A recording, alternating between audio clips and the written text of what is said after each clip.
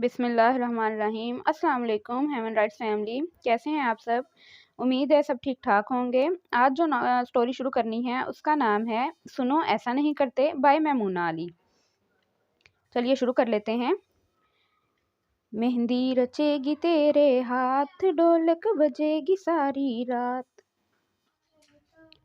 गुलूकारा की आवाज पूरे घर में गूंज रही थी। लाउंज में एक हंगामा बरपा था। खूबसूरत मलबूसात जेबतन किए हुए खुशगपियां लगाते, कह कहे बिखेरते उसकी ढेरों सहेलियां और कजन्स महफिल का रंग जमाए हुए थीं। नग्गी खाला के बकौल उसका ननियाल जहां इकट्ठा हो जाए वहां तकरीब का सा समा हो जाता है। और ठीक ही कहती हैं। 3 दिन पहले जब बड़े और छोटे मामू अपने अहले खाना के साथ पिंडी से और अगले ही दिन फरी खाला हुमैरा और सुमेरा के साथ कराची से आई तो घर की रौनक ही दोबाला हो गई। रात गए तक हंगामा, शोर शराबा और हल्ला गुल्ला रहता। बाजारों के चक्कर, हंसी मजाक और छेड़छाड़। शाम में सब उनके यहाँ इकट्ठे हो जाते। ढोलक पे गाने गाए जाते, फुल वॉल्यूम में डेक बजता। गर्ल्स खूब रौनक होती। ऐसे में साथ की शौकियां अपने अरूज पर होती। जबरदस्ती उसकी फ्रेंड्स के दरमियान आ बैठता। ढोलक ऐसी जबरदस्त बजाता कि बस। आजकल तो संजीदा से हैदर भाई भी बड़े खुश और मगन से नजर आते। इस तब्दीली के मुहर्रिकात का कुछ कुछ अंदाजा तो उसे था, लेकिन इस सारी रौनक और हंगामे में अली उसे बुरी तरह याद आता। काश अली तुम यहाँ होते। बेइख्तियार ही उसकी आंखें झलक पड़ी। अरे जीना क्या हुआ, मोमो के पूछने की देर थी, वो उसके गले लगकर फूट फूट कर रो दी। नग्गी खाला ने जो इसे यूं रोते देखा तो अपना सर पीट डाला। मेरे खुदा, इस लड़की का तो दिमाग खराब है। रो रो कर आंखों का हशर कर दिया है तुमने। खबरदार जो एक आंसू भी बहाया तो क्या दुनिया में तुम पहली लड़की हो जिसकी शादी हो रही है। तुम तो ऐसे रो रही हो जैसे शादी नहीं हो रही हो बल्कि कैद में डाला जा रहा हो। नग्गी खाला ने उसे बुरी तरह लताड़ा। ए नग्गी, ये कौन सा तरीका है बच्ची को चुप करवाने का। अंजुमन बेटा तुम यहाँ आओ मेरे पास। नानो ने उसे अपने पास बुलाते हुए कहा। जर्द रंग के फूलों से सजे लकड़ी के खूबसूरत झूले से उठकर वो छोटे छोटे कदम उठाती नानो के बराबर जा बैठी। बेटा, ये दिन तो हर लड़की की जिंदगी में आता है। हर लड़की को इस मरहले से गुजरना पड़ता है। ये जमाने का दस्तूर है।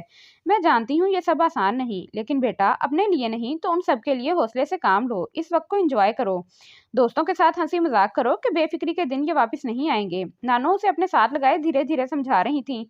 अब बिल्कुल नहीं रोना। उन्होंने उसकी पेशानी चूमते हुए प्यार से समझाया। मामा जो किसी काम से लाउंज में आई थी, जीना को यूं रोते देखकर खुद भी रो पड़ी। मायूं के दिन से उसका यही हाल था।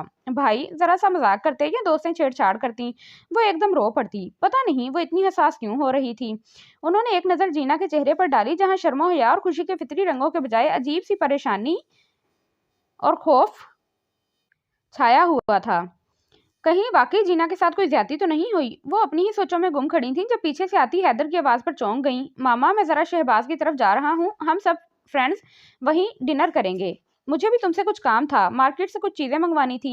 मैं पहले ही लेट हो गया हूँ, आप सादी को भेज दें, मैं उसे अंदर भेजता हूँ। वो तेजी से बाहर निकल गए। मामा सादी से खाने के लिए कुछ चीजें मंगवा रही थी जब ही बोली, छोड़े ना खाला, अब कहाँ साथ भाई ये सब लेने जाएंगे। इससे तो अच्छा है हम सब कहीं बाहर ही डिनर कराएं। वापसी पर आपके लिए नान कबाब भी लेते आएंगे।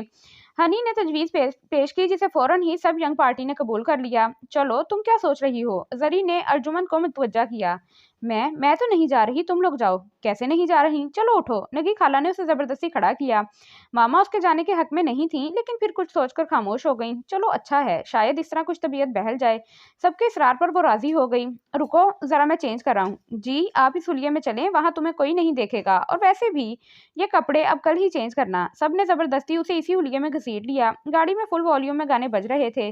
सबके हंसी मजाक और म्यूजिक को वो काफी एंजॉय कर रही थी। ये सुमेरा जी कहाँ खोई हुई हैं। सुमेरा जो वाकई नुसरत फतेह अली खान के लोए लोए आजा माही में गुम थी, चौंक पड़ी।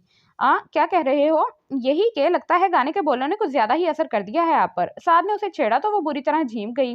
सबके इसरार पर भी जीना पिज्जा हट पर नहीं उतरी। मोमो भी उसकी वजह से ही गाड़ी में रुक गई थी। जब काफी देर तक साद नहीं आया तो मोमो बोली, ये साद तो हमें अंदर जाकर भूल ही गया है, तुम रुको मैं खुद ही कुछ लेकर आती हूँ। मोमो ये कहती हुई अंदर चली गई और जब मोमो को गए हुए भी 10 मिनट से ज्यादा हो गए और उसमें मजीद सब्र का यारा ना रहा तो उसने बिजली कड़ा करके अंदर जाने का फैसला कर लिया। अभी उसने गाड़ी से नीचे कदम रखा ही था कि बराबर में एक गाड़ी आकर रुकी और उसकी ड्राइविंग सीट से जो शख्स निकला उसे देखकर वो जहां की तहां खड़ी रह गई। उसका जी चाहा जमीन फटे और वो उसमें समा जाए। दूसरी तरफ शहबाज को भी हैरत का शदीद झटका लगा था। अभी कल ही शाम में सवेरा जब चचा जान की तरफ से होकर आई थी तो खूब ही उसे छेड़ रही थी। शहबाज तुम भी किसी ब्यूटी सैलून का अपॉइंटमेंट ले लो। जीना तो मायूं के सादा से रूप में भी इतनी खूबसूरत लग रही थी कि क्या बताऊं। तो फिर सोचो शादी के दिन तैयार होकर कैसी लगेगी। तुम भी अपना कोई इंतजाम कर लो ताकि उसके साथ बैठने के काबिल हो सको। वो बज़ाहिर तो बेनियाजी से ये सब सुनता रहा, लेकिन दिल में शदीद ख्वाहिश उभरी थी कि वो भी इसे उस रूप में देख सके। अल्लाह जी कितने मेहरबान हैं। उसने दिलचस्पी से उसका जायजा लेते हुए सोचा। जर्द रंग के चूड़ीदार पजामा कुर्ते में गोटा लगा दुपट्टा ओढ़े, कलाइयों में जर्द चूड़ियां पहने, वो इस सादा से रूप में भी बिलाशुबा बहुत हसीन लग रही थी। रोते रहने की वजह से उसके चेहरे और आंखों की सुर्खी में इजाफा हो गया था। यहाँ क्या कर रही हो? उन्होंने उसके मुकाबिल खड़े होते हुए पूछा। वो सब लोग डिनर के लिए आए तो मुझे भी जबरदस्ती साथ ले आए, उसने उंगलियां चटकाते हुए जवाब दिया। अब यहाँ तक आ गई हो तो अंदर भी चली जाओ। शहबाज ने खफीफ सी मुस्कुराहट के साथ उसकी गिरती उठती पलकों और हाथों की लर्जिश को देखा, जबकि वो बदस्तूर लब कुचलते हुए दिल ही दिल में जलतू जलालतू का विर्द कर रही थी।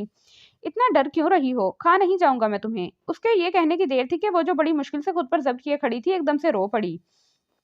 जिया, अब रोने धोने का कोई फायदा नहीं, ये सब तुम्हें पहले सोचना चाहिए था। अब फैसले का इख्तियार ना मेरे पास है और ना तुम्हारे पास। अब जो कुछ है डट कर इसका मुकाबला करो। वैसे भी मेरे तुम्हारे दरमियान जो मामलात हैं, इन्हें बात के लिए उठा रखो। इसका हिसाब किताब बाद में होगा। इस वक्त तो अंदर चलो। शहबाज का लहजा खतरनाक हद तक संजीदा और सर था। जीना का दिल खौफ से धक धक करने लगा। तुम खुद ही अंदर चल रही हो या फिर मैं? उसने जानबूझकर जुमला अधूरा छोड़ दिया। मैं यही ठीक हूँ। आप? इससे पहले कि जीना अपना जुमला मुकम्मल करती, शहबाज आगे बढ़ा और उसका हाथ थामकर अपने साथ लिए अंदर बढ़ा। हाल में जब सबने इन्हें यूं साथ आते देखा तो खूब हूटिंग की। ओहो, तो ये बात है। आप दोनों तो बड़े ही तेज निकले। चारों तरफ से ऐसे ही जुमले सुनने को मिल रहे थे। मेरी ऐसी मजाल, ये तो अल्लाह जी ही मुझ पर मेहरबान है। यकीन जाने बाहर पार्किंग लॉट में इन्हें देखकर तो मुझे भी अपनी आंखों पर यकीन नहीं आया। इन्हें सबने कोर्स में शहबाज की नकल उतारी। गलती ही की। अच्छा भला ये कह रही थी कि बाहर ही बैठकर गपशप लगाते हैं, वो तो मैं ही इन्हें जबरदस्ती अंदर ले आया। शहबाज ने सर पर हाथ फेरते हुए मसनूई तासुब से कहा। इसका मतलब है शहबाज भाई कि आपसे ज्यादा तो जीना ही अक्लमंद है।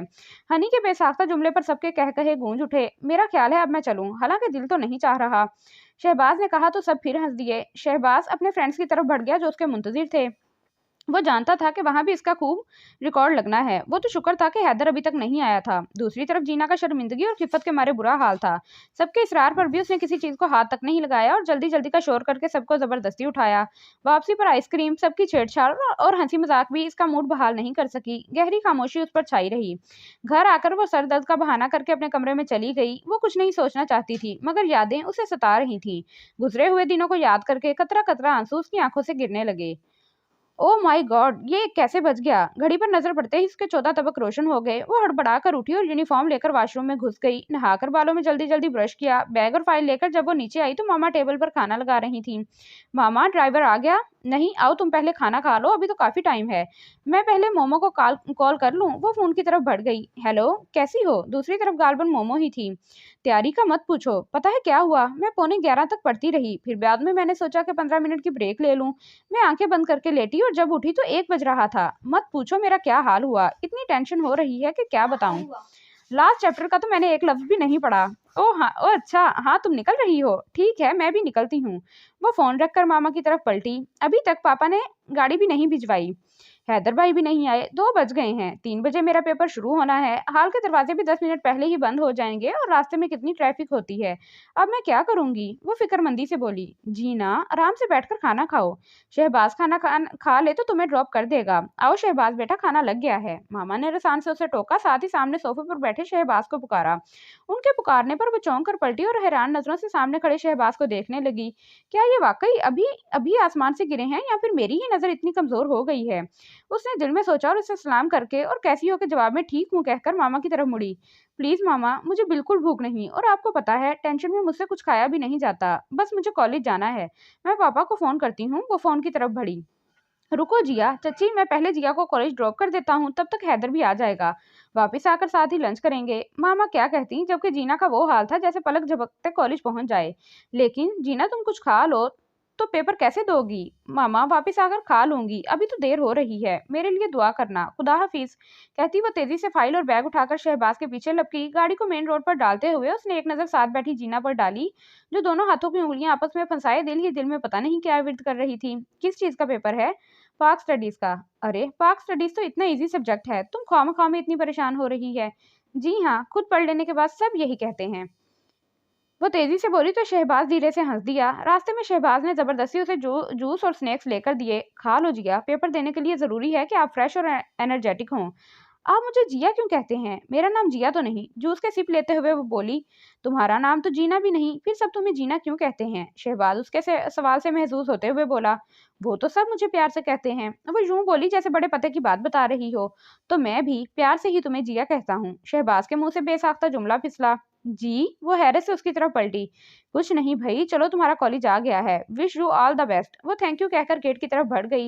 ये शहबाज भाई कुछ अजीब से नहीं हो गए? उसने उलझ कर सोचा और सर झटक कर आगे बढ़ गई। पेपर देकर बाहर निकली तो साद उसे लेने आया हुआ था। वापसी में आकर अपने पर्चे के बारे में सोचते सोचते उसकी आंख लग गई। उठी तो तब जब साद उसके कमरे का दरवाजा पीट रहा था। क्या है? पापा बुला रहे हैं, वो बाहर से ही चिल्लाया। अच्छा कहकर वो वॉशरूम में घुस गई। फ्रेश होकर जब वो नीचे आई तो लाउंज में दादी जान, ताया अबू और ताई अम्मी को देखकर उसका मूड खुशगवार हो गया। क्या बनेगा इस लड़की का? मैं तो सोच सोच कर परेशान होती रहती हूँ। बर्दाश्त नाम की तो कोई चीज है ही नहीं इसमें। बात बाद में होती है, रोना पहले शुरू कर देती है। जरा जरा सी बात पर परेशान होती है और दूसरों को भी करती है। मैं तो आजिज आ गई हूँ। मामा की बातें सुनकर दादी जान के पास बैठी जीना का मुंह फूल गया। कोई नहीं, ये तो हमारी इतनी प्यारी बेटी है, बस कुछ हसास है, ताई अम्मी ने प्यार से कहा। शहबाज ने दिलचस्पी से उसके फूले फूले नाराज चेहरे को देखा। यूं लग रहा था जैसे कोई जिद्दी बच्चा सबसे खफा होकर बैठा हो। थोड़ी ही देर में सब अपनी बातों में मसरूफ हो गए तो वो उठकर किचन में आ गई। जिया, एक गिलास पानी तो पिलाना। अपने पीछे शहबाज भाई की आवाज सुनकर बेख्तियार ही उसे उनकी दिन में कई बार याद आ गई। साथ ही उसे हैरत भी हुई, ये अभी तक यहीं बैठे हैं। वैसे तो हैदर और शहबाज भाई की आपस में दोस्ती थी, लेकिन शहबाज भाई उनके यहाँ कम कम ही आते थे। हैदर भाई ही अक्सर और बेशतर उनके हाथ पाए जाते थे। बशीर चाचा के हाथ पानी भेजकर वो सलाद बनाने लगी। खाना तकरीबन तैयार ही था। उसने टेबल पर बर्तन लगाए और ड्राइंग रूम में आकर बोली, खाना लग गया है, सब आ जाइए। शहबाज भाई ने उसके पास से गुजरते हुए कदरे आहिस्तगी से कहा, पानी मैंने तुमसे मांगा था जिया। एक लम्हे को तो वो बौखला ही गई, फिर संभल कर बोली, एक ही बात है। एक बात तो नहीं, कहते वो उसके उलझे उलझे चेहरे पर गहरी निगाह डालकर आगे बढ़ गए। ये क्या मुझे घूर घूर कर देखते रहते हैं और ऊट पटांग बातें करते रहते हैं? उसे सख्त गुस्सा आ गया। खाना खाते हुए भी वो खुद पर उनकी निगाहें महसूस करते हुए बहुत डिस्टर्ब हो रही थी। जीना, ढंग से खाना खाओ। दिन में भी कुछ नहीं खाया था। मामा ने उसे बेदिली से खाते देखकर टोका। लगता है बशीर चाचा ने कोई बहुत अच्छी स्वीट डिश बनाई है, साद ने शरारत से कहा तो सभी मुस्कुरा दिए क्योंकि जानते थे उसे मीठा कितना पसंद है। खाना कम और स्वीट डिश ज्यादा खाती थी। खाना खाते ही ताया अबू उठ खड़े हुए और सबके इसरार पर भी चाय और कॉफी के लिए नहीं रुके। जीना बाद में भी शहबाज भाई के रवैये पर उलझी रही। उसका अंदाज इसे कुछ अजीब सा लगा था।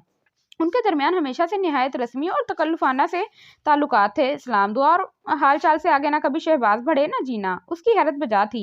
सर्द मोहरी की ये दीवार बचपन से उनके दरमियान कायम थी। मम्मी पापा के यहाँ जब 6 साल हैदर भाई, 3 साल अली और 2 साल साद के बाद उसने आंख खोली तो सबने उसे हाथों हाथ लिया। इकलौती पोती होने की वजह से उसने दादा दादी से ढेरों मोहब्बत पाई। पापा ने उसका नाम अर्जुमन रखा, लेकिन जब अली ने उसे जीना कहना शुरू किया यही उसका नाम होके रह गया। भाइयों के लिए तो वो एक नन्ही गुड़िया थी जिसे पाकर वो खुशी से फूले न समाते। इतने लाड प्यार तो ताया अबू के इकलौते शहबाज भाई के भी नहीं उठाए गए थे। सबकी बेइंतहा मोहब्बतों और लाड में पल भरकर बड़ी हुई। सबकी जरूरत से ज्यादा मोहब्बत और तवज्जो ने उसे काफी हसास बना दिया था। जरा जरा सी बात पर परेशान होना और घंटों कुढ़ना उसकी आदत बन गई थी। पापा आर्मी सर्विस में थे, इसलिए ज्यादातर वो लोग लाहौर से बाहर मुख्तलिफ शहरों में रहे। छुट्टियों वगैरह में उनका आना जाना लाहौर लगा रहता, लेकिन उसका दिल कम ही यहाँ लगता था, क्योंकि यहाँ उसकी किसी से खास दोस्ती नहीं थी। नैयरा फूफी की सवेरा आपी तो उससे 4-5 साल बड़ी थी, जबकि अनुषे 2-2.5 बरस ही बड़ी थी, लेकिन इसके बावजूद इनकी कोई खास दोस्ती ना थी। हालांकि फूफो तो अपनी इकलौती भतीजी के बहुत लाड उठाती थी। छुट्टियों के दिन चंद दिन गुजार कर वो पिंडी चली जाती, जहाँ बड़े मामू की जरी से इसकी बहुत दोस्ती थी। कराची से हुमैरा सुमेरा भी आ जाती तो वो चारों मिलकर खूब इंजॉय करती। निगी खाला और अफ्तार अंकल जब मुस्तकिल लाहौर शिफ्ट हुए तो उसे बहुत खुशी हुई। निगी खाला की हनी उससे 3 साल छोटी थी, लेकिन शोखो शरीर सी हनी से उसकी खूब दोस्ती थी। ये इन दिनों की बात है जब वो 7th क्लास में थी। हैदर भाई एडवर्ड मेडिकल कॉलेज के फर्स्ट ईयर में थे और ताया अबू के पास ही लाहौर में होते थे, जबकि अली और Saad army burn high school and college Abbottabad में बोर्ड थे। वो लोग लाहौर आए हुए थे। मम्मी और ताई अम्मी बाजार, जबकि पापा और ताया अबू गोल्फ ग्राउंड गए हुए थे। हैदर भाई भी घर पर नहीं थे। वो सख्त बोर हो रही थी। कुछ देर दादी जान के पास बैठती, कभी अंदर बाहर के चक्कर लगाती। शहबाज भाई बाहर लॉन में बैठे नोट्स बना रहे थे। वो लॉन से उठकर अंदर आ गए तो जीना बैठकर उनके डायग्राम्स देखने लगी। शायद वो पेन में इंक भर रहे थे और जल्दी में सही तरह से इंक पोर्ट बंद करके नहीं गए थे कि जीना की कोहनी लगने से वो लौट गया और उनकी नोटबुक के सफ़े पर स्याही फैल गई। अब क्या करूं? वो शहबाज भाई से वैसे ही बहुत डरती थी और इस नई अवतार पर वो परेशान सी बैठी थी कि इनकी आवाज पर उछल पड़ी। You stupid! ये क्या किया है तुमने? अपनी नोटबुक का यह हशर देखकर तो शहबाज का दिमाग ही उलट गया। उसने आओ देखा ना ताओ एक जोरदार थप्पड़ उसके गाल पर जड़ दिया। मैं सुबह से इस कॉपी को कंप्लीट कर रहा हूँ। मैंने ये कल सबमिट करानी थी और तुमने? दिल चाह रहा है तुम्हारा गला दबा दूं। जीना, जिसे आज तक किसी ने फूल की छड़ी से भी नहीं मारा था, शशदर सी खड़ी रह गई। खौफ से उसकी आंखों में मोटे मोटे आंसू आ गए। खबरदार जो रोई तो एक तो मेरी कॉपी का सत्यानाश कर दिया, ऊपर से रोना धोना। एक आंसू भी गिरा तो हशर कर दूंगा। जाओ दफा हो जाओ यहाँ से। वो गुस्से से फुंकारा तो जीना दौड़कर अंदर आ गई, जहां दादी जान लाउंज में तख्त पर सो रही थीं। वो भी इनके पैरों की तरफ लेट गई। रोते रोते जाने कब उसकी आंख लग गई। जब दादी जान की आंख खुली तो वो उनके कदमों में सोई हुई थी। उन्होंने इसके सुर्ख तमतमाते हुए चेहरे को छुआ तो वो बुखार में जल रही थी। जीना ने बाद में जब भी इस वाक्य को सोचा, उसके दिल में शहबाज के लिए नापसंदीदगी थी। और बाद में मजीद इजाफा तब हुआ जब पापा ओकाड़ा में पोस्टेड थे। उनको पहली बार हार्ट अटैक हुआ। अली इन दिनों कराची में बीबीए कर रहा था। हैदर भाई भी लाहौर में थे। मामा और साद ने फौरन पापा को हॉस्पिटलाइज करा दिया था। हैदर भाई, तायाब और शहबाज भाई को जब इतला मिली तो वो सीधे अस्पताल ही गए थे। घर में रो रो कर उसका बुरा हाल हो गया था। शहबाज भाई जब घर आए तो रो रो कर उसकी हालत नागुफ्ताबा थी। उन्होंने उसे लाख समझाया कि पापा की हालत अब बेहतर है, मामूली सा अटैक है। फौरी ट्रीटमेंट की वजह से उनकी हालत खतरे से बाहर है, लेकिन किसी तरह भी उसकी तसल्ली नहीं हो रही थी। आखिर में शहबाज भाई ने उसे बुरी तरह डांट दिया और हॉस्पिटल ले जाने से भी साफ इनकार कर दिया। उस दिन के बाद से तो वो उन्हें सख्त नापसंद करती थी। पापा ने हार्ट अटैक के बाद रिटायरमेंट ले ली और वो मुश्किल तौर पर लाहौर में सेटल हो गए। ये घर दादा अब्बा ने अपनी जिंदगी में उनके लिए तामीर करा लिया था। शहबाज ने एमबीए करने के बाद ताया अबू का बिजनेस संभाल लिया। हैदर भाई एमबीबीएस करने के बाद यहाँ लाहौर में ही जॉब कर रहे थे। अली आजकल लॉस एंजलिस में था और अपना एमबीए कर रहा था, जबकि साथ यहीं पंजाब यूनिवर्सिटी से कंप्यूटर इंजीनियरिंग कर रहा था। भाइयों में सबसे ज्यादा उसकी अली से ही दोस्ती थी। हैदर भाई का तो बड़े होने की वजह से जरा रोब था, जबकि अली और साद को तो वो बड़ा मानने पर तैयार ही नहीं थी। उन्हें नाम लेकर पुकारती और मामा के टोकने पर भी भाई का तकल्लुफ नहीं करती थी। अली से शुरू से ही उसकी ज्यादा बनती थी। घर में अपने तमाम प्रॉब्लम्स वो इससे डिस्कस करती थी, जबकि सास के साथ तो हर वक्त उसकी छेड़छाड़ और नोक-झोंक चलती रहती थी। वो आजकल एफएससी के पेपर्स देकर फारिग थी। उसने छुट्टियों को भरपूर तरीके से एंजॉय करने का प्रोग्राम बनाया था। उसका इरादा पिंडी जाने का था, लेकिन मामा ने साफ मना कर दिया। कोई जरूरत नहीं है, घर में रहो और कुछ नहीं तो कुकिंग क्लास ही ज्वाइन कर लो। कुकिंग तो उसे सख्त नापसंद थी। चाय, कॉफी या फिर कभी कभार कोई स्वीट डिश बना लेती। अब भी मामा की डांट डपट के बावजूद वो किचन से दूर ही भागती। सारा दिन या तो कोई नॉवल लेकर बैठ जाती, कभी कोई मूवी लगा लेती या फिर दोस्तों से फोन पर गप्पे लगाती। लेकिन जल्द ही वो इस फरागत और तन्हाई से उकता गई। इस वक्त भी वो घर में अकेली थी। मम्मी पापा किसी पार्टी में गए हुए थे, साथ पता नहीं कहाँ था, जबकि हैदर भाई भी स्टडी रूम में कंप्यूटर पर बैठे थे। वो बैठी यही सोच रही थी कि अब क्या करे, जब ही हैदर भाई कहीं जाने के लिए तैयार होकर आए और उसे यूं बैठे देखकर बोले, बोर हो रही हो? मैं शहबाज की तरफ जा रहा हूँ काम से, तुम भी चलो। वापसी में लॉन्ग ड्राइव पर निकल जाएंगे। वो उनकी इस फ्राक दिलाना ऑफर पर खुश हो गई और अभी आई कहती चेंज करने अपने रूम की तरफ दौड़ी। जिस वक्त वो ताया अब्बू के यहाँ पहुंचे तो वहाँ एक हंगामा मचा था। लाउंज में इतने सारे लोगों को देखकर तो वो नर्वस हो गई। मदद के लिए हैदर भाई को देखा तो वो गायब थे, शायद ऊपर शहबाज भाई की तरफ चले गए थे। ताई अम्मी और दादू भी सामने नजर नहीं आ रही थी। अभी वो खड़ी यही सोच रही थी कि एक लड़की की उस पर नजर पड़ी तो उठकर उसकी तरफ आ गई। आपकी तारीफ? उसने पूछा तो एक लम्हे को खामोशी छा गई और सब उसकी तरफ मुतवज्जा हो गए। उसकी समझ में कुछ नहीं आया तो सलाम ही झाड़ दिया। जवाब में बदस्तूर सब उसे सवालिया नजरों से देख रहे थे। जी वो मैं जीना, आई मीन अर्जुमन। ताई अम्मी कहाँ है? ओहो, तो आप हैं जीना यानी अर्जुमन, सभी बोले। साथ ही उसे यूं घूर रहे थे जैसे उसका एक्सरे ले रहे हों। वो घबराकर किचन की तरफ बढ़ गई। ताई अम्मी उसे देखकर बहुत खुश हुई। किसके साथ आई हो जीना? वो हैदर भाई के साथ। अच्छा, कहाँ है हैदर? और ऊपर शायद शहबाज भाई के कमरे में। बाहर कौन आया हुआ है ताई अम्मी? ये समीना आपा हैं, मेरी बड़ी बहन जो मुल्तान में होती हैं, साथ मेरी बड़ी भाभी हैं। कल ही आए थे ये लोग। ताई अम्मी ने शामी कबाब फ्राई करते हुए तफसीलात फराहम की। लाएं ताई अम्मी, मैं फ्राई कर देती हूँ। नहीं, बस तैयार है सब, तुम ऐसा कर दो, 2 कप कॉफी बना दो। वो उसे कहती ट्रॉली में बर्तन सेट करने लगी। उसने जल्दी जल्दी कॉफी तैयार की तो ताई अम्मी ने ट्रे में दीगर लवाजमात भी सजा दिए। उन्होंने पहले मुलाजमा को पुकारा, फिर कुछ सोचकर बोली, जीना ये तुम ही दे आओ ऊपर। जी कहकर उसने ट्रे उठाई और ऊपर आ गई। पता नहीं कौन सा कमरा है, उसने दिल में सोचा, और फिर जो पहला दरवाजा सामने नजर आया उसी पर दस्तक दे दी। कम इन की आवाज पर वो अंदर बढ़ी। सामने ही शहबाज भाई कंप्यूटर के आगे बैठे हुए थे। उसकी जानिब पुश्त थी। रख दो। वो गालबन यही समझे थे कि कोई मुलाजिम चाय लेकर आया है। वो ये ताई अम्मी ने कॉफी भिजवाई है। उसकी आवाज पर वो कुर्सी समेत उसकी तरफ पलटे। उनके मुतवज्जा होने पर उसने फौरन सलाम किया, जिसका उन्होंने बड़ी संजीदगी से जवाब दिया और फिर इसी संजीदगी से गोया हुए। प्लीज ये टेबल पर रख दो और मुझे सिर्फ 1 कप कॉफी दे दो। कॉफी बनाते हुए वो खुद पर उनकी निगाहें महसूस करके बुरी तरह नर्वस हो गई। कॉफी का कप उनकी तरफ बढ़ाते हुए दिल में मचलता सवाल उसके लबों पर आ ही गया। वो हैदर भाई कहाँ हैं? जवाब में उनके चेहरे पर मुस्कुराहट छा गई। मैंने उससे कुछ सीडीज मंगवाई थी, वो गाड़ी में भूल गया था, वही लेने गया है। उन्होंने कप थामने के लिए हाथ बढ़ाते हुए जवाब दिया। अब पता नहीं उसने कप छोड़ने में जल्दी की थी या उन्होंने थामने में ताखीर। गरम गरम कॉफी उनके हाथ और बाजू जला गई। ओ गॉड! जीना के मुंह से बेइख्तियार निकला। शहबाज भी एक झटके से अपनी जगह से उठ खड़े हुए। ओ गॉड! आपका हाथ जल गया। रुके, मैं पेस्ट लेकर आती हूँ। वो जल्दी से वॉशरूम से टूथपेस्ट की ट्यूब उठा लाई।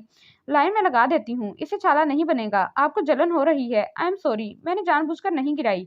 पता नहीं कब कैसे गिर गया। वो लरसती उंगलियों से उनके हाथ की पुष्ट पर पेस्ट लगाते हुए भराई हुई आवाज में सफाइयां पेश कर रही थी। उसने लाख जब्त किया, लेकिन मामा के बकौल के आंसू तो तुम्हारी पलकों पर अटके रहते हैं, इसलिए टप टप शहबाज के हाथ की पुष्ट पर गिरने लगे। अरे जिया, क्या हुआ? हाथ तो मेरा जला है, तुम किस लिए रो रही हो? शहबाज ने पूछा। आपको दर्द हो रहा है ना? वो रोते हुए बोली तो शहबाज कहकहा लगाकर हंस पड़े। फिर मुश्किल अपनी हंसी पर काबू पाते हुए बोले, तुम इसलिए रो रही हो? ओ गॉड! वैसे मैं इतना भी नाजुक नहीं हूँ, ना ही मेरा हाथ इतना जला है। मेरे ख्याल में तो ये पेस्ट लगाने की भी जरूरत नहीं थी, महज तुम्हारी तसल्ली के लिए लगवा लिया। चलो उठो, इसमें इतना रोने की तो कोई बात नहीं। शहबाज ने मुस्कुराते हुए कहा। इसमें इतना हंसने की भी कोई बात नहीं। उसने फर्श पर से गिरा हुआ कप उठाते हुए तब कर जवाब दिया और दरवाजे की तरफ बढ़ गई। जिया, एक बात तो बताओ। पीछे से आती शहबाज की आवाज पर वो लम्हे भर को रुक गई। क्या तुम हर छोटी बड़ी बात पर इतना ही रोती हो? निहायत संजीदगी से सवाल किया गया। उसका जी चाहा हाथ में पकड़ा कप उनके सर पर दे मारे। अपने पीछे उनका जानदार कहकहा उसे बाहर भी सुनाई दिया। पता नहीं क्या समझते हैं खुद को, बदतमीज रूड इंसान। सीढ़ियां उतरते हुए वो अपने आप पर ही झिंझला रही थी। एंट्रेंस में दाखिल होते हैदर भाई को देखकर वो बोली, प्लीज भाई जरा जल्दी करें, मुझे घर जाना है। अच्छा ठीक है, लेकिन मैं जरा दादी जान को सलाम तो कर दूं। उसकी उकताहट महसूस करते हुए वो मुस्कुराकर बोले और दोनों आगे पीछे ही लाउंज में दाखिल हुए। हैदर भाई ने सबको खड़े खड़े ही सलाम किया, जबकि वो दादी जान के पास तख्त पर ही बैठ गई। ताई अम्मी ने उससे सबका तारुफ करवाया। समीना आंटी अपनी बेटी हिना, सना और बेटे उमैर के साथ, जबकि ताहिरा आंटी अपनी बहू साइमा और बेटी निमरा के साथ आई हुई थी। हल्की फुल्की गुफ्तगू के दौरान चाय पी गई। बातों बातों में उसे पता चला कि हिना की शादी तय पा गई है और सब शॉपिंग के सिलसिले में आए हैं। अगरचे सनाबाजी निहायत हल्के फुल्के अंदाज में उससे उसके मशागिल और दीगर मसरूफियात के बारे में पूछती रही, लेकिन पता नहीं उसे क्यों लग रहा था कि वो उसमें जरूरत से ज्यादा दिलचस्पी का इजहार कर रही हैं और बाकी सब भी गहरी नजरों से उसका जायजा ले रहे हैं। वो सख्त उलझन महसूस कर रही थी, इसीलिए हैदर भाई के आते ही उठ खड़ी हुई और तायमी के इसरार के बावजूद खाने के लिए रुकने पर आमादा नहीं हुई। अब आप आइएगा हमारी तरफ। उसने सबको खलूस से दावत दी, जिसके जवाब में हिना बोल पड़ी, हाँ हम तो आएंगे ही। वो सबको खुदाफिज कहकर हैदर भाई के साथ बाहर निकल आई। घर आकर वो भी इन सबके अजीबोगरीब रवैये के बारे में सोचती रही। अगले दिन वो सोकर उठी तो सुबह के 10 बज रहे थे। रात में टीवी पर मूवी देखने बैठ गई थी, इसलिए इतनी देर हो गई। सबा से तो खूब डांट पड़ेगी, वो यही सोचती वॉशरूम में घुस गई। वो फ्रेश होकर नीचे आई तो मामा के साथ दादो और ताई अम्मी को देखकर उसे खासी हैरत हुई। वो तीनों पता नहीं क्या मुज़ाकरात कर रही थी कि उसे देखकर एकदम खामोश हो गईं। उसके सलाम के जवाब दोनों ने बहुत प्यार से दिया। चलो अब यहीं न बैठ जाना, जाकर पहले नाश्ता करो। वो जो बैठने का सोच रही थी, मामा के टोकने पर किचन की तरफ आ गई। जब वो नाश्ते से फारिग होकर बाहर आई तो ताई अम्मी जाने के लिए तैयार खड़ी थी, जबकि मामा उन्हें खाने तक रुकने के लिए कह रही थी। इस वक्त तो घर में मेहमान हैं, वो लोग शॉपिंग के लिए निकली तो मैं तुम्हारी तरफ आ गई। बस तुम मुझे जल्दी कोई खुशखबरी सुनाओ, ज्यादा देर ना लगाना। मैं चाहती हूँ उन लोगों की मौजूदगी में ही हम कोई रस्म कर लें। जवाब में मामा धीरे से मुस्कुरा दी, जबकि वो उलझ कर दोनों के चेहरे देख रही थी। अम्मी, ये ताई अम्मी क्यों आई थी? कोई खास बात? हाँ खास बात ही थी, मगर अब तुम मेरा दिमाग खाने ना बैठ जाना। चलो उठो, कोई काम देखो। वो फोन की तरफ बढ़ गईं। उनका मूड बेहद खुशगवार था। फोन पर निकी खाला से बात करते हुए उन्होंने इसे वहीं लाउंज में जमे देखकर बुरी तरह घूरा तो वो उठकर अपने कमरे में आ गई। आखिर ऐसी भी क्या बात है जिसकी मुझसे इतनी पर्दादारी की जा रही है? उसने उलझ कर सोचा, और जब रात में मामा ने उसे ये बात बताई तो उसे यूं लगा जैसे किसी ने उसकी समातों पर बम फोड़ दिया हो। कितने ही लम्हे तो उसे यकीन भी ना आया। शहबाज भाई का प्रपोजल और मेरे लिए? आप सच कह रही हैं? उसने बेयकीनी से पूछा। हाँ तो और क्या, जब भाभी ने मुझसे बात की तो पहले तो मुझे भी यकीन नहीं आया। हालांकि मेरी तो शुरू से ही ये ख्वाहिश है। शहबाज तो मुझे अपने बेटों की तरह अजीज है, और तुम्हारे लिए उससे मुनासिब तो कोई रिश्ता हो ही नहीं सकता। पढ़ा लिखा, स्टैब्लिश, सुलझा हुआ, शरीफ और हैंडसम, सबसे बढ़कर अपने घर का बच्चा, और क्या चाहिए? मैं और तुम्हारे पापा तो बहुत खुश हैं। भाभी चाह रही थी हम लोग जल्द ही उन्हें कोई जवाब दें। वो अपनी बहन और भाभी की मौजूदगी में कोई रस्म वगैरह करना चाह रही हैं। मैं सोच रही थी। जीना जो अब तक गुमसुम सी बैठी थी एकदम से बोल पड़ी, मामा आप उन्हें मना कर दें। मामा की जुबान को एकदम से ब्रेक लग गए। लेकिन क्यों बेटा? मुझे शादी नहीं करनी। जीना, एक ना एक दिन तो तुम्हारी किसी ना किसी से शादी होनी ही है। किसी ना किसी की तो तब देखी जाएगी, लेकिन मुझे शहबाज भाई से शादी नहीं करनी। उसके लहजे की कतियत महसूस करके मामा भी संजीदा हो गई। क्यों, क्या कमी है शहबाज में? उन्होंने इस्तफसार किया तो वो नाखून खुरचते हुए बोली, कोई नहीं, बस मुझे उनसे शादी नहीं करनी। क्या बचपना है जीना, ये कोई मजाक नहीं। फिर मामा ने लाख उसे समझाया, वजह पूछी, लेकिन उसकी एक ही रट थी, जीना तुम किसी और में इंटरेस्टेड तो नहीं हो? अगर ऐसी कोई बात है तो मुझे साफ साफ बता दो। मामा ने जी चाहकर कहा तो वह हाथों में चेहरा छुपाकर बुरी तरह रो दी। प्लीज मामा, ऐसी कोई बात नहीं। प्लीज मामा, ऐसी कोई बात नहीं। जीना, एक बात मेरी ध्यान से सुन लो, ये ना सिर्फ मेरी और तुम्हारे पापा की खुशी है, बल्कि तुम्हारी दादी जान की भी शदीद ख्वाहिश है। फिर भाईजान और भाभी ने इतने प्यार से रिश्ता मांगा है, मैं उन सब लोगों को मायूस नहीं कर सकती। या तो अपने इनकार की कोई माकूल वजह बताओ मुझे, या फिर खुद को इस रिश्ते के लिए जहनी तौर पर तैयार करो। मामा ने दो टोक अल्फाज में कहा और उठकर चली गई, जबकि वो बेड पर गिरकर फूट फूट कर रो दी। मामा, मैं आपको कैसे समझाऊं, यह नापसंदीदगी तो बचपन से मेरे दिल में उनके लिए है, और उसका बहुत मजबूत जवाब है। उनका हमेशा का सर्द मेहर और रूड अंदाज में इतने अकड़, तनखू और मगरूर इंसान के साथ कैसे गुजारा करूंगी, जिसपे ना किसी के आंसुओं का असर होता है और जिसे ना किसी के एहसासात का ख्याल है। यू स्टूपिड, ये क्या किया तुमने? जाओ, दफा हो जाओ यहाँ से। आवाजों की शोरिश थी, उसके दिमाग में गुजरे हुए लम्हे उसकी आंखों में जिंदा होने लगे। उसका दायां गाल दहकने लगा, जैसे अभी अभी किसी ने थप्पड़ मारा हो। सारी रात ये सोचे उसके जहन में चकराती रही और उसका तकिया आंसुओं से भीगता रहा। सुबह पापा ने नाश्ते के बाद उसे अपनी स्टडी में बुलवा लिया तो वो चुपचाप चली आई। इधर आओ बेटा, मेरे पास। उन्होंने अपने बराबर में इशारा किया। बेटा, तुम्हें मुझ पर कितना एतबार है? कुछ देर खामोशी के बाद उन्होंने पूछा। खुद से भी ज्यादा, उसने धीरे से जवाब दिया। क्या मैं तुम्हारा बुरा चाह सकता हूँ? नहीं। तो फिर बेटा, यही तुम्हारे लिए बेहतरीन फैसला है। सबसे बड़ी बात यह है कि ये तुम्हारी दादी जान की शदीद ख्वाहिश है। बहुत सी ऐसी नजाकतें हैं जो अभी तुम्हारी समझ में नहीं आएंगी, लेकिन आने वाला वक्त साबित करेगा कि इसमें तुम्हारी बेहतरी है। वो सर झुकाए खामोशी से पापा की बातें सुन रही थी। फिर भी बेटा, तुम्हारी खुशी मुझे हर चीज से ज्यादा मुकद्दम है। तुम्हें जो भी एतराज है मुझे बताओ, अपने दिल की बात खुलकर कहो, झिझकने की जरूरत नहीं। पापा ने नरमी से कहा। क्या मैं पापा को तोड़ सकती हूँ? इन सब लोगों को दुख देकर क्या मैं खुश रह सकती हूँ? नहीं, उसने दिल में सोचा। मुझे कोई एतराज नहीं है पापा, वो धीरे से बोली। सच कह रही हो बेटा? जी पापा, रात को मैंने यूं ही कुछ इमोशनल होकर कह दिया था। I am sorry. उसने मुस्कुराते हुए उनकी तरफ देखकर कहा तो वो मुतमईन हो गए। अल्लाह ताला तुम्हारी किस्मत अच्छी करे, उन्होंने उसके सर पर प्यार करते हुए कहा। वो जब्त की कड़ी मंजिलों से गुजर रही थी, अपने कमरे में आते ही रो पड़ी। आखिर इस दिल को कैसे तसल्ली देती जो तरह तरह के वसवसों और खौफ में घिरा हुआ था। आगे के मामलात निहायत तेजी से तय पाए। अगले ही दिन मामा ने नैयरा, फूफो और इन सबको डिनर पर इनवाइट किया। शहबाज भाई की कजन उसे खूब छेड़ रही थी, जबकि वो खामोशी से सर झुकाए उनकी बातें सुनती रही। सभी ने उसकी खामोशी को शर्मो हया और झिझक ख्याल किया। दोनों तरफ जोरों शोर से मंगनी की तैयारियां होने लगीं। काश अली तुम यहाँ होते, मैं किसी से तो अपनी उलझन डिस्कस कर सकती। मोमो को जब इसका रिश्ता तय होने की इत्तला मिली तो वो भागी चली आई। अंदर ही अंदर सारे मामला तय कर दिए, हमें हवा भी नहीं लगने दी। पूरी घुन्नी हो तुम, वो उसे गले लगाए बोल रही थी। ऐसी कोई बात नहीं। क्या बात है जीना, तुम खुश नहीं हो? वो जो कितने दिनों से किसी गमगुजार की तलाश में थी, एकदम से फट पड़ी। उसने अपना दिल खोल कर रख दिया और हर बात मनोअन मोमो को बता दी। वो खामोशी से जीना को सुनती रही। जब वो चुप हुई तो बोली, जीना, मेरा ख्याल है तुम ख्वामख्वाह में इतनी जज्बाती हो रही हो। जिन बातों का तुम जिक्र कर रही हो, एक तो वो बहुत पुरानी है, तुमने अब तक इन बातों को दिल में रखा हुआ है। दूसरे, इन हालात में कोई भी होता वो इसी तरह रिएक्ट करता, और फिर किसे गुस्सा नहीं आता? मुझे या तुम्हें नहीं आता? अगर वो इतने ही रूड और बद दिमाग होते तो सब यूं उनकी तारीफ ना करते और ना ही उन्हें पसंद करते। यूं भी तुम उनके माजी के रवैये को ही क्यों सोचती हो? क्या अब भी उनका रवैया तुम्हारे साथ ऐसा ही है? मेरा नहीं ख्याल कि उनकी मर्जी और पसंदीदगी के बगैर ये सब मुमकिन है, क्योंकि वो ऐसी पोजीशन में नहीं कि उन पर जबरदस्ती की जा सके। मोमो काफी देर तक उसे समझाती रही और उसका खातिर ख्वाह असर साबित हुआ। पहली बार उसने सारे मामले को मुस्बत अंदाज में देखा।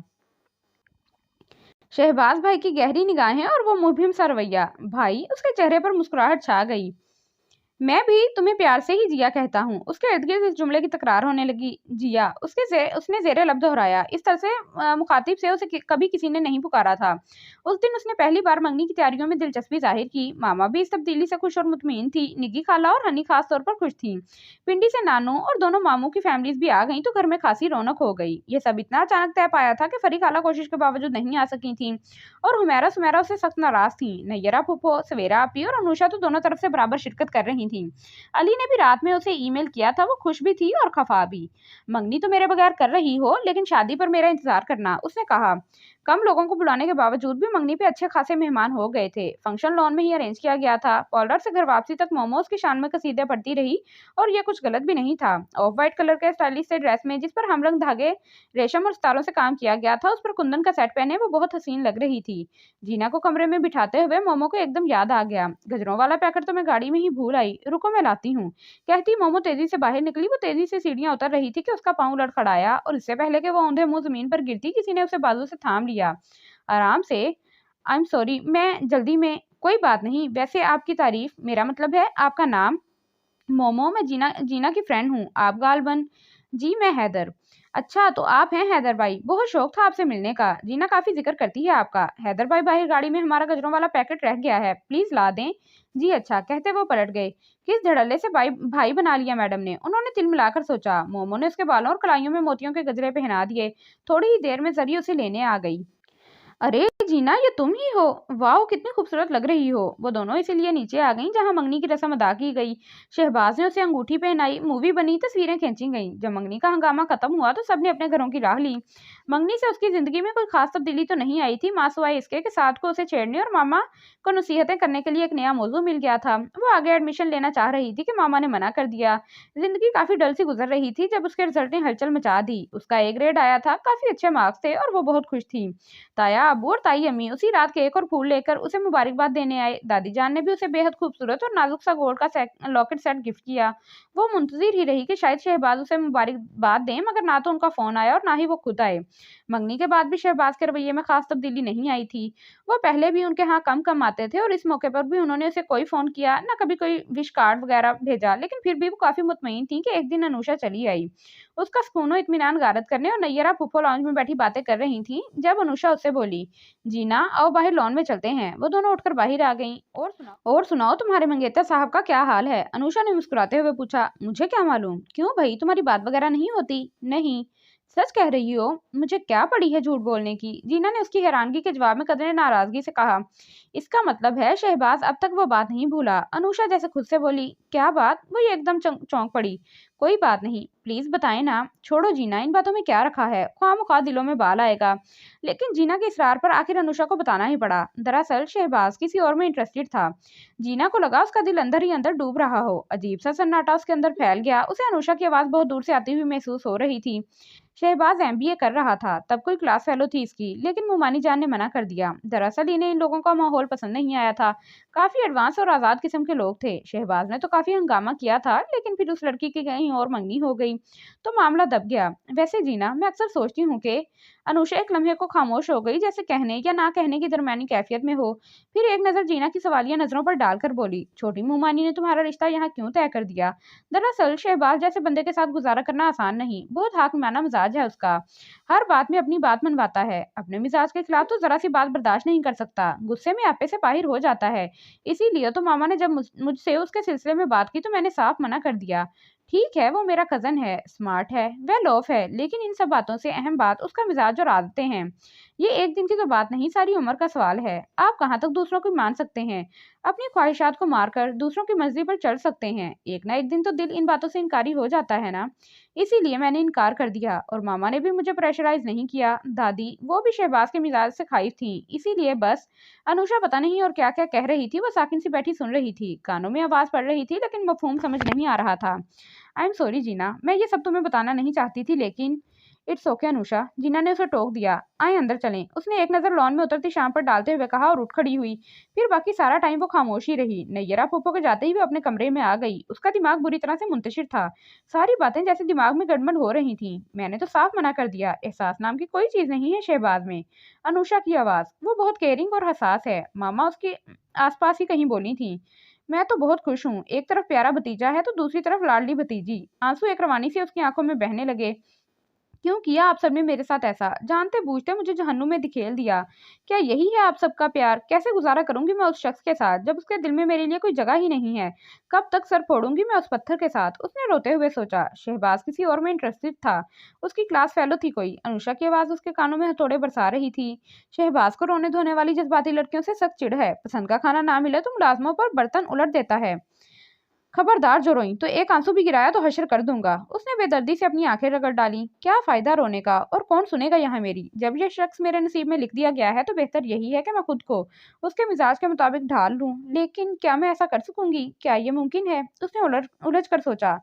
और फिर अगले ही दिन साद के बकौल अजीमुशान इनकलाब रोनुमा हुआ। जीना बीबी मामा की डांट डपट के बगैर ही किचन में खड़ी बशीर चाचा की रहनुमाई में मटन बिरयानी तैयार कर रही थी। साद ने तो सुबह से उसके नाक में दम किया हुआ था। दिल से जो बात निकलती है असर रखती है। मामा, साद ने मामा को मुतवज्जा किया, आपकी डांट डपट ने तो कोई असर नहीं दिखाया। फिर इस इनकलाब के असबाब क्या हैं? लगता है रात में ख्वाब में किसी ने जीना से बिरयानी की फरमाइश की है कि जीना बीबी सुबह सुबह हाथ मुंह धोने के बाद से किचन में मसरूफ हैं। साद ने किसी पर खासा जोर डालते हुए शरारत से कहा। बशीर चाचा के चेहरे पर भी मुस्कुराहट छा गई, जबकि वो संजीदगी से प्याज ब्राउन करती रही।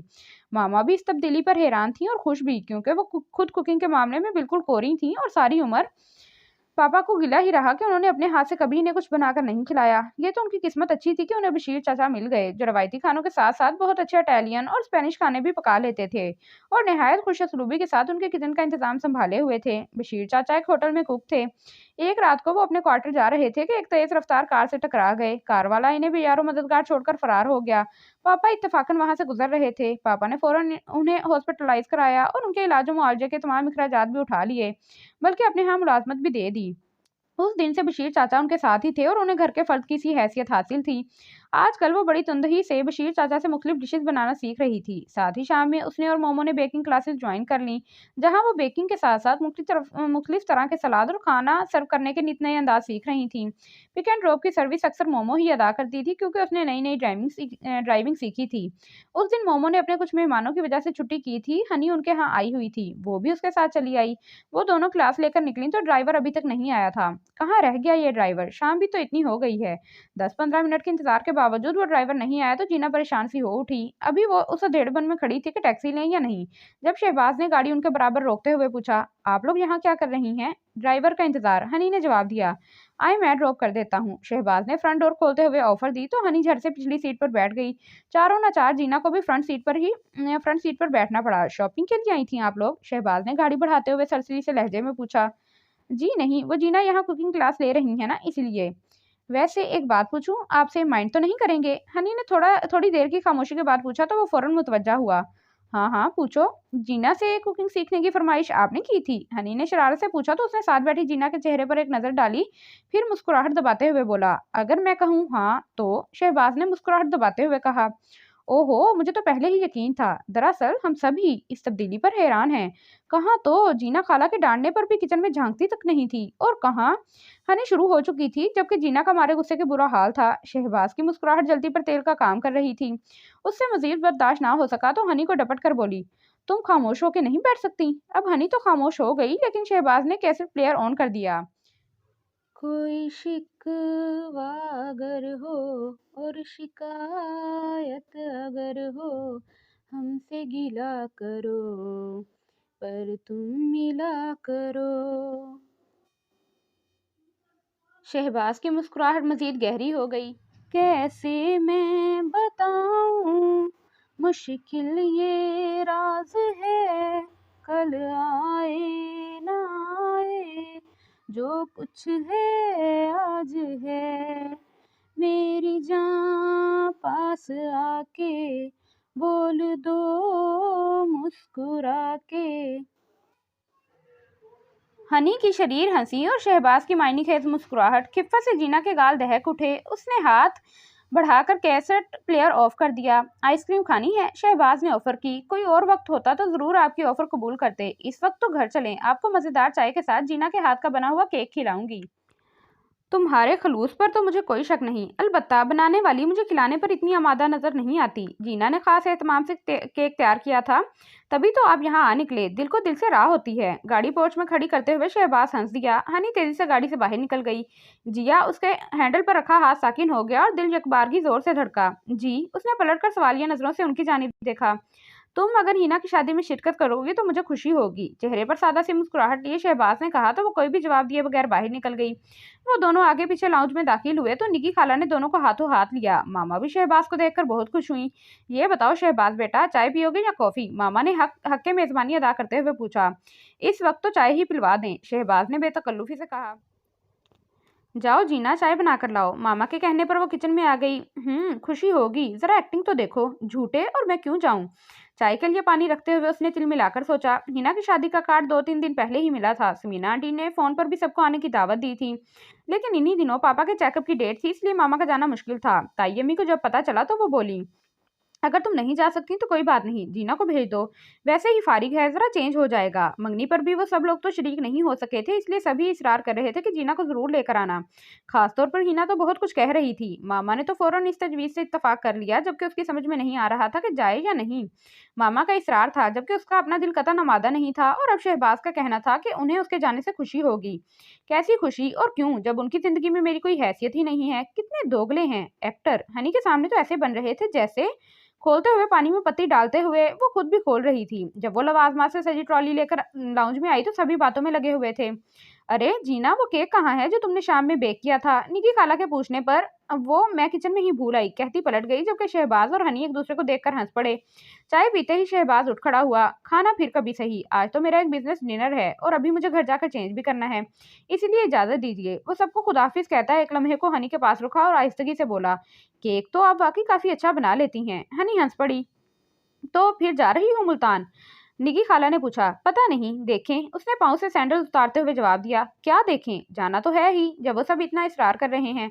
मामा ने कदरे सख्ती से कहा, भाई जब जाना ही है तो फिर शॉपिंग वगैरह कर लें। आखिर को तुम पहली बार अपने ससुराल जा रही हो, वहाँ शहबाज के बहुत से रिश्तेदार और कजन तुम्हें पहली बार देखेंगे, इसलिए कुछ तैयारी वगैरह कर लो ताकि उन पर तुम्हारा अच्छा इंप्रेशन पड़े। निकी खाला उसे ढेरों नसीहतें करती रही, जबकि वो सोफे पर पाँव पिसारे बैठी मुस्कुराती रही। रात में भी वो काफी डिस्टर्ब रही, कभी अनुषा की बातें सोचने लगती तो कभी शहबाज के रवैये में उलझ जाती। उसका दिमाग पहले ही उलझा हुआ था, उस पर नई अफ्ताद। वो जाना नहीं चाहती थी, लेकिन मामा को कौन समझाता। सुबह जब वो काफी देर तक नीचे नहीं आई तो मामा खुद ही उसे उठाने चली आई। जीना उठो, दिन चढ़ आया है। खिड़की के पर्दे समेटते हुए वो बोली, लेकिन जब उसके वजूद में कोई जुम्बिश नहीं हुई तो वो तफशीश से उसकी जानिब बढ़ी। जीना, उन्होंने उसकी पेशानी छुई तो वो बुखार में जल रही थी। उन्होंने घबराकर हैदर को फोन किया। आखिर हुआ क्या? परेशानी की कोई बात नहीं, शाम तक बुखार उतर जाएगा, उन्होंने उसके बाजू में इंजेक्शन लगाते हुए कहा। लेकिन ये बैठे बिठाए बुखार क्यों हो गया? उन्होंने परेशानी से पूछा। यही तो मैं सोच रहा हूँ मामा, जीना को कोई टेंशन है? मेरा मतलब है ये मेंटली डिस्टर्ब तो नहीं? उन्होंने पूछा। नहीं, घर में ऐसी कोई बात तो नहीं हुई। क्यों? यूं ही मुझे ख्याल गुजरा था कि शायद डिप्रेशन से ऐसा हो गया हो। खैर छोड़ें, अब ये 2-3 घंटे से पहले नहीं उठेगी, उन्होंने जीना के चेहरे पर पुरसोच नजरें डालते हुए जवाब दिया। लेकिन शाम तक उसका बुखार कम होने की बजाय तेज हो गया। घर भर उसके लिए परेशान था। ताया अबू और ताई अम्मी भी उसे देखने आए। अगले दिन इन्हें मुल्तान जाना था। दादी जान अलग परेशान थी। 3 दिन तक वो बुखार में मदहोश रही। चौथे दिन उसका बुखार टूटा तो सबने खुदा का शुक्र अदा किया। बुखार तो उतर गया, लेकिन उसे सख्त नकाहत और कमजोरी महसूस हो रही थी। दादी जान आजकल उनके यहाँ आई हुई थी और उसका बेहद ख्याल रखती। ताई भी मुतवातर फोन करके उसका हाल अहवाल दरियाफ्त करती रही। सबकी इतनी मोहब्बतें देखकर उसकी आंखें नम हो जाती। मैं इन लोगों की मोहब्बतों पर शक कर रही थी। भला ये मेरा बुरा चाह सकते हैं? उसने शर्मिंदगी से सोचा। हैदर भाई ने कई बार बातों बातों में उससे उसकी परेशानी का सबब पूछा, लेकिन वो उन्हें क्या बताती। ताई अम्मी वापसी पर उसके लिए मुल्तान से कढ़ाई वाला दीदा जेब सूट और कई तोहफे लाई। अरे जीना, तुम यहाँ बैठी हो? वो अपनी सोचों में इस कदर गुम थी कि सुमेरा के आने का पता तक नहीं चला। अपनी पुश्त पर उसकी आवाज सुनकर वो चौंक कर पलटी। तुम रो रही हो? अपने हाथ की पुश्त से आंसू साफ करते हुए उसने नफी में जवाब दिया। बदतमीज लड़की, हमसे सर दर्द का बहाना करके तुम यहाँ बैठी रो रही हो। अगर निगी खाला ने देख लिया तो सच में तुम्हारा गला दबा देंगी। जीना को चुप कराते कराते वो खुद भी रो पड़ी। तुम क्यों रो रही हो? तुम रो रही हो ना, इसीलिए। ज्यादा बनो नहीं, सीधी तरह कहो अली याद आ रहा है। जीना ने उसे गुरक दिया। वैसे सुमेरा, ये तो बताओ, तुम्हारी अली से बात वगैरह हुई है? मेरा मतलब है नेट पे। इतना नेक नहीं है तुम्हारा भाई, सुमेरा ने नजरें चुराते हुए कहा। अच्छा, सच कह रही हो? जीना ने शरारत से उसकी आंखों में झांका तो वो दोनों ही हंस दी। वैसे मैं सोच रही हूँ कि अब मामा को बता ही दूं। ज्यादा बकवास करने की जरूरत नहीं, चलो उठो नीचे चलते हैं, सच इतना मजा आ रहा था। उसने जीना का हाथ पकड़कर उठाते हुए कहा। वो जिस वक्त नीचे लाउंज में आई तो मोमो और जरी डांस कर रही थी। मेहंदी की मुनासबत से जर्द रंग के फूलों से लाउंज की आराइश की गई थी। झूले पर बैठी वो मुस्कुराते हुए मोमो को देख रही थी। गाने के बोलों पर उसका जहन भटकने लगा। जाके तुम साजन के साथ भूल न जाना ये दिन रात, तुझको देश पिया का भाए, तेरा पिया तेरे गुन गाए, आए खुशियों की बारात, मेहंदी रचेगी तेरे हाथ। उसकी नज़रों में अपनी और शहबाज की आखिरी मुलाकात घूम गई। 1 जनवरी की शाम थी। साद ने उससे कहा था, मैं ज़रा फ्रेश हो जाऊं, कहीं बाहर घूम कर आते हैं। वो बरामदे की सीढ़ियों पर बैठी उसका इंतजार कर रही थी। जब शहबाज की गाड़ी गेट से दाखिल हुई, वो अपनी जगह से उठ खड़ी हुई। शहबाज मुस्कुराते हुए उसके मुकाबले आ खड़े हुए। हैप्पी न्यू ईयर, उन्होंने मुस्कुराते हुए हाथ में पकड़ा खूबसूरत सा बुके उसकी जानिब बढ़ाया। वो शहबाज से सख्त खाइफ थी, इसलिए उसका लहजा खुद ब खुद ही रूखा हो गया। आपने नाहक जहमत की। उसने फूल लेने के लिए हाथ नहीं बढ़ाया। चंद लम्हे शहबाज खामोशी से उसे देखते रहे, फिर बोले तो उनका लहजा बेहद संजीदा था। जिया, तुम इस रिश्ते रिश्ते से खुश हो? अगर यही सवाल मैं आपसे करूं तो? उसने तीखेपन से जवाब दिया, सवाल पहले मैंने किया है। आपका क्या ख्याल है? मुझे अंदाजा नहीं है कि जबरदस्ती कायम किए गए रिश्ते बाइस खुशी बल्कि बोझ होते हैं। आपने नाहक ज़हमत की। उसने फूल लेने के लिए हाथ नहीं बढ़ाया। चंद लम्हे शहबाज खामोशी से उसे देखते रहे, फिर बोले तो उनका लहजा बेहद संजीदा था। जिया, तुम इस रिश्ते से खुश हो? अगर यही सवाल मैं आपसे करूं तो? उसने तीखेपन से जवाब दिया, सवाल पहले मैंने किया है। आपका क्या ख्याल है? मुझे अंदाजा नहीं है कि ज़बरदस्ती कायम किए गए रिश्ते बाइसे खुशी नहीं बल्कि बोझ होते हैं। जब किसी एक फरीक की दिले आमादगी और रजा उसमें शामिल ना हो तो खुशी जैसे लफ्ज़ बेमायनी होकर रह जाते हैं। वो तल्खी से बोली। गुस्से से शहबाज का चेहरा तिमतिमाने लगा। वो होंठ बेंचे खड़े रहे, लेकिन जब बोले तो उनका लहजा बेहद ठहरा हुआ था। जिया, ये अजाब तुमने खुद मोल लिया है। इस वक्त क्यों नहीं बोली थी, जब फैसले का इख्तियार तुम्हारे हाथ में था? अब माजी की राख कुरेदने से क्या फायदा? हालात के साथ समझौता कर लो, क्योंकि अब इसी में हम सबकी बेहतरी है। ये सब आपके लिए आसान होगा, लेकिन मेरे लिए नहीं। उसके लहजे में आंसुओं की नमी शामिल हो गई। शहबाज चंद हमें खामोशी से खड़े रहे, फिर हाथों में पकड़े बुके पर एक नजर डालते हुए बोले, ये फूल मैं तुम्हारे लिए लाया था। फूल एहसासात और जज्बात की तर्जुमानी करते हैं। मेरा ख्याल था शायद इस तरह हमारे दरमियान वो मोहब्बत पनप सके जो हमारे माबैन इस रिश्ते की मुतकाजी है। लेकिन शायद तुम्हें इनकी जरूरत नहीं। उन्होंने हाथ में पकड़ा हुआ बुके हवा में उछाला और लंबे लंबे ढक भरते अपनी गाड़ी की तरफ बढ़ गए। वो साकिन सी खड़ी रह गई। उसने एक नज़र गेट से निकलती गाड़ी और दूसरी फर्श पर बिखरे फूलों पर डाली। ये अजाब तुमने खुद मोल लिया है। उसके आंसुओं में रवानी आ गई। ये शहबाज भाई बाहर से क्यों चले गए? साद की आवाज़ पर वो मुड़ी। क्या हुआ जीना, रो क्यों रही हो? शहबाज भाई से झगड़ा हो गया है? वो कोई भी जवाब दिए बगैर उसे एक तरफ धकेलती अंदर बढ़ गई। साद फर्श पर बिखरे फूलों को देख कर रह गया, जो अपनी नाकदरी पर मातम कुना थे। अगले ही दिन जब ताया अबू और ताई अम्मी उनकी तरफ आए तो उसका दिल लरज उठा। अब क्या करने वाला है ये शख्स? उसने परेशानी से सोचा। जब मामा ने उसे बताया कि उन्होंने बड़ी ईद के बाद शादी की तारीख तय कर दी है, तो वो चुप हो गई। क्या फायदा एहतजाज करने का? आज नहीं तो कल ये सब तो होना ही था। मोमो ने शरारत से उसे टोका दिया तो ख्यालात का तसलसल टूट गया। वो अफसुर्दगी से मुस्कुरा दी। इस वक्त हैदर भाई लॉन में कल के फंक्शन के अरेंजमेंट्स मुकम्मल करवा के अंदर आए तो उसकी नज़र खिलखिलाती हुई मोमो के चेहरे पर टिक गई। शोको शरीर से ये लड़की उन्हें बहुत अच्छी लगने लगी थी, लेकिन उनकी समझ में नहीं आता था कि वो अपना मुद्दा कैसे बयान करें। ये क्या हो रहा है? उनके पीछे साथ शरारत से खुनकारा तो वो खज्जल से हो गए। फोन की घंटी पर वो उधर मुतवज्जा हो गए। अली, कैसे हो? हाँ, सब ठीक हैं। यही है, रुको सभी से बात कर लो। उन्होंने फोन सेट सेंटर टेबल पर रखते हुए स्पीकर ऑन किया, साथ ही डेक भी ऑफ कर दिया। लाउंज में एकदम खामोशी छा गई। सारे ही फोन की तरफ मुतवज्जा थे। जीना अली से सख्त नाराज थी। बात नहीं करो, मुझसे वादा करके आई क्यों नहीं? वाह, ये खूब रही। तुम सब मिलकर खूब इंजॉय कर रहे हो, याद तक नहीं किया होगा, ऊपर से नाराजगी भी दिखा रही हो। क्या याद नहीं किया हमने तुम्हें? जीना रुहासी ही तो हो गई। अच्छा प्लीज रोना नहीं। ये बताओ, कराची से कौन कौन आया है? सब ही सिवाय उसामा भाई के। क्यों, सुमेरा आई है? हाँ, कैसी है? ठीक है। अच्छा जीना, उससे पूछना मैंने उसे इतनी ईमेल्स की, उसने इनका जवाब क्यों नहीं दिया? और ये भी पूछना, क्या मैं उसे कभी याद नहीं आता? सब चेहरों पर दबी दबी मुस्कुराहट सजाए मायने खेज नजरों से सुमेरा को देखने लगे, जिसका चेहरा खजालत और शर्मिंदगी से लाल पड़ गया था। बहुत याद करती है, 24 घंटे मुंह फुलाए बैठी रहती है। हमने लाख उससे अफसुर्दगी की वजह पूछी, लेकिन बतला के नहीं दिया। अब पता चला कि अंदर ही अंदर ये मामला चला दिया है। निगी खाला ने जवाब दिया तो दूसरी तरफ खामोशी छा गई। जीना, तुमने स्पीकर ऑन किया हुआ है? अली ने पूछा। हाँ हाँ, और बताओ क्या पूछना है? हम पूछ लेते हैं, निगी खाला ने शरारत से कहा तो अली ने कहा मैं फिर फोन करूंगा, कहते हुए मोबाइल ऑफ कर दिया। सबके छत फाड़ कहकहों से लाउंज गूंज उठा। मामा ने सवालिया नजरों से खाला की तरफ देखा तो उन्होंने इस बात में सर हिला दिया। साद ने बाहर निकलती सुमेरा का हाथ थामकर उसे रोका और जबरदस्ती सोफे पर बिठाया। नानो ने अपनी उंगली से अंगूठी उतारकर सुमेरा की उंगली में पहनाई तो उसके माथे पर प्यार करते हुए बोली, ये मेरे अली की अमानत है। जरी फरीद से मिठाई का डब्बा निकाल लाई और सबका मुंह मीठा कराने लगी। अब तो मुंह के जाविये दुरुस्त कर लो, निगी खाला ने नाराज सी सुमेरा से कहा तो साद बोला, भाई ये इसलिए नाराज हैं कि आपने अली के बगैर ही इनकी मंगनी कर दी है। साद की बात पर साथ की बात पर सब हंस पड़े। सुमेरा बामुश्किल अपना आप छुड़ाकर ऊपर भागी। रात गए तक ये हंगामा जारी रहा। फरी खाला ने 3 बजे जबरदस्ती सबको उठाया। सुबह उठकर ढेरों काम निपटाने हैं। मेहंदी का फंक्शन है, कल भी रत जगह होगा, इसलिए सब जाकर आराम करो अब। जीना रात भर सुकून से ना सो सकी, इसलिए सुबह सवेरे ही उसकी आंख खुल गई।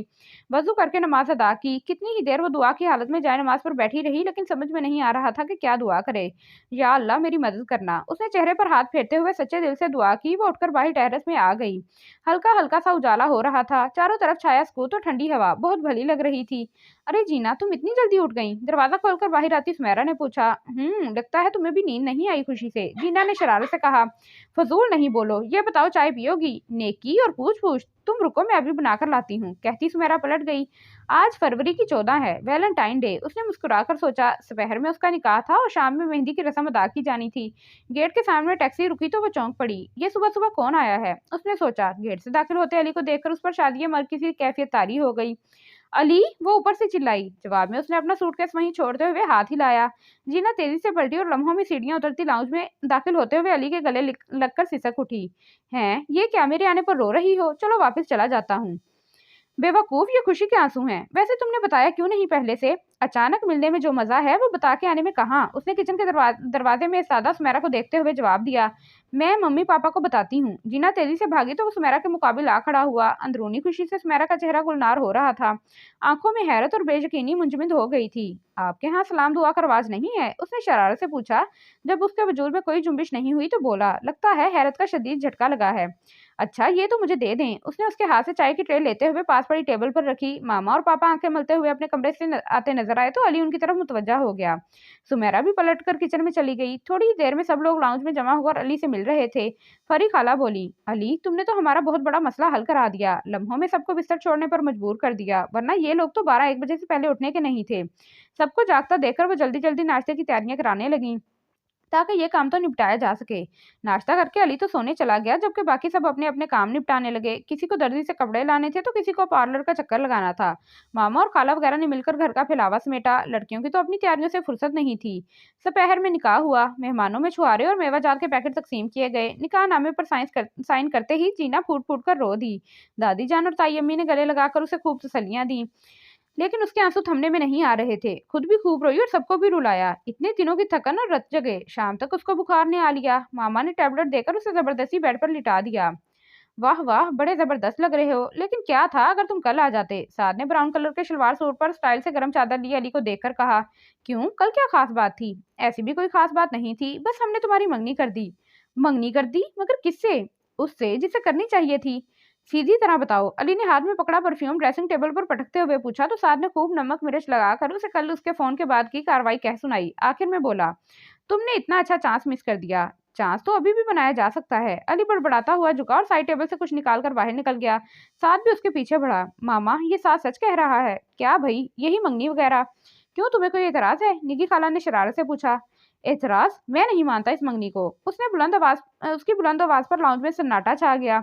सीढ़ियां उतरती सुमेरा के कदम थम गए। ग्रीन चूड़ीदार पजामा कुर्ते में स्याह चोटी में सफेद मोतिये की गलियां सजाए वो बहुत प्यारी लग रही थी। ये कैसी मंगनी है जिसमें मैंने अपनी मंगेतर को अंगूठी तक नहीं पहनाई? उसने शरारत से कहा। तो सबकी रुकी सांस बहाल हो गई। तो अब पहना दें, हनी शोखी से बोली। इजाजत है? इससे पहले कोई जवाब देता या सुमेरा इस सूरत हाल को समझती, वो आगे बढ़ा और आखिरी सीढ़ी पर खड़ी सुमेरा का दायां हाथ अपनी गिरफ्त में लेते हुए उसकी तीसरी उंगली में मौजूद अंगूठी के साथ एक और अंगूठी पहना दी। लाउंज हूटिंग और तालियों की आवाज से गूंज उठा। जरी ने बाद में जब ये सब जीना को बताया तो वो बहुत नाराज हुई। इस वक्त क्यों नहीं बुलाया था? इतना अच्छा सीन मिस हो गया। मोमो, ये तुम अब तक तैयार नहीं हुई? जीना ने मोमो को साबका हुलिये में देखकर टोका। वो मेरा दुपट्टा घर रह गया है। मामा को फोन कर रही हूँ, लेकिन शायद वो भी निकल गई हैं, इसलिए कोई फोन नहीं उठा रहा। उसने कॉर्डलेस पर नंबर पुश करते हुए जवाब दिया। जीना, तुम्हें क्या परेशानी है? तुम क्यों इतनी अपसेट हो? देखो, तुम मुझे भी नहीं बताओगी? उसने कॉर्डलेस जीना के पास रखते हुए पूछा। अब मैं तुम्हें क्या बताऊं? जीना ने दोनों हाथों की उंगलियां आपस में फंसाते हुए गहरी सांस ली। क्या तुम्हें शहबाज भाई पसंद नहीं? मोमो ने पूछा। ये बात नहीं, दरअसल मैं शहबाज को पसंद नहीं। उसने तासुब से कहा। ये तुमसे किसने कहा? किसी के कहने की क्या जरूरत है, जबकि उनका रवैया चीख चीख कर इस बात का ऐलान कर रहा है। मंगनी के बाद कभी सीधी तरह बात नहीं की, कभी कोई गिफ्ट या विश कार्ड तक नहीं दिया। उनका रवैया अनुषा की कही बातों पर सच्चाई की मोहर जब्त कर रहा है। अनुषा की कही बातें? क्या मतलब? मोमो ने चौंक कर पूछा। दरअसल अनुषा ने बताया था कि शहबाज किसी और में इंटरेस्टेड थे। जीना ने अनुषा की कई सारी बातें दोहरा दी। जब वो चुप हुई तो मोमो के चेहरे पर मुस्कुराहट थी। तुम खुश हो रही हो? जीना ने खफगी से उसे घूरा। अरे मेरा तो दिल चाह रहा है कि भंगड़ा डालूं। पता है जीना तुम्हारे साथ प्रॉब्लम क्या है?